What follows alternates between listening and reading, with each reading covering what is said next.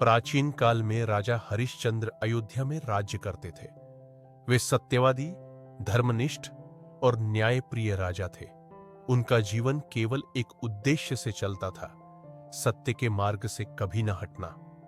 एक बार ऋषि विश्वामित्र ने राजा हरिश्चंद्र की सत्यनिष्ठा की परीक्षा लेने की ठानी। उन्होंने स्वप्न में आकर हरिश्चंद्र से एक यज्ञ के लिए दान मांग लिया। हरिश्चंद्र ने स्वप्न में भी सत्य का पालन करते हुए तुरंत दान देना स्वीकार कर लिया। जब ऋषि ने जागृत अवस्था में आकर दान मांगा तो राजा ने कहा, स्वप्न में किया वचन भी सत्य होता है। मैं अपने राज्य सहित आपको दान देता हूं। उन्होंने पूरा राज्य ऋषि को दे दिया और पत्नी तारामती तथा पुत्र रोहिताश्व के साथ वन की ओर चल पड़े। ऋषि ने आगे कहा, मुझे दान का दक्षिणा भी चाहिए। हरिश्चंद्र के पास कुछ नहीं बचा तो उन्होंने काशी जाकर एक श्मशान घाट में नौकरी की मुर्दों की अंत्येष्टि के लिए कर वसूलने का कार्य।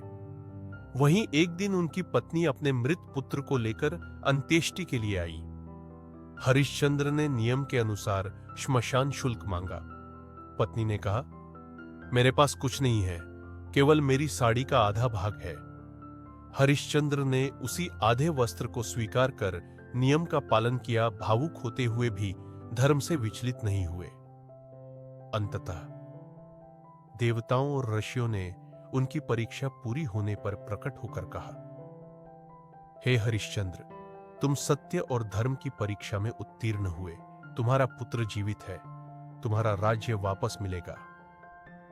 राजा हरिश्चंद्र पुनः अयोध्या लौटे और न्यायपूर्वक राज्य किया। शिक्षा जो हमें मिलती है, सत्य का मार्ग कठिन हो सकता है, लेकिन उसका फल सदा मधुर होता है।